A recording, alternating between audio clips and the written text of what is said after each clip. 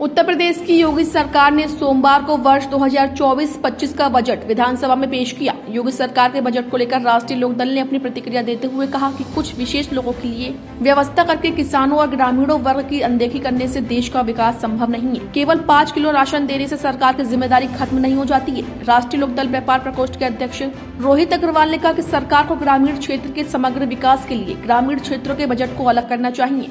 जब तक ग्रामीण क्षेत्र का विकास नहीं होगा तब तक गरीबी का उन्मूलन किसी प्रकार से संभव नहीं है। ऐसे में ग्रामीण क्षेत्र के लिए अलग बजट लाकर ही देश को विकास के पथ पर अग्रसर किया जा सकता है। भारतीय जनता पार्टी की सरकार हर वर्ष ये दावा करती है कि वो सबसे बड़ा बजट लेके आ रही है।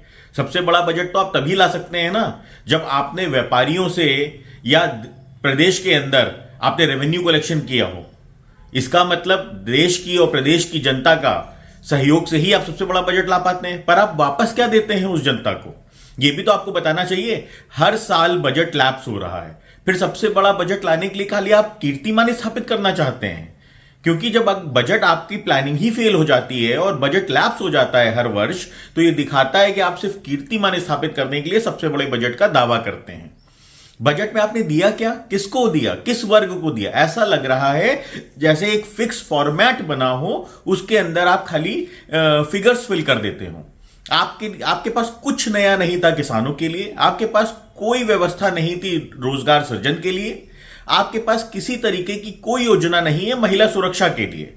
बस आप खाली एक आंकड़ों को सेट कर देने को बजट समझते हैं।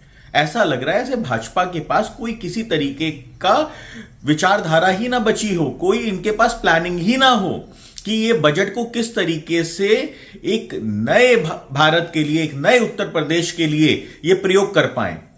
सिर्फ और सिर्फ बजट प्रस्तुत करने के लिए बजट प्रस्तुत किया जाता है और कीर्तिमान स्थापित करने के लिए सबसे बड़े बजट का दावा किया जाता है और बैरंग लौटा देते हैं ये किसानों को, छोटे व्यापारियों को, युवाओं को। महिला सुरक्षा के नाम पे आप पूरी तरीके से मौन हो जाते हैं। तो खाली बातों से जनता का पेट भरने वाला नहीं है, खाली बातों से जनता का विकास होने वाला नहीं है। आज हम एआई युग में आ चुके हैं, पर टेक्नोलॉजी के लिए आपके पास कुछ नहीं है, कोई व्यवस्था नहीं है आपके पास।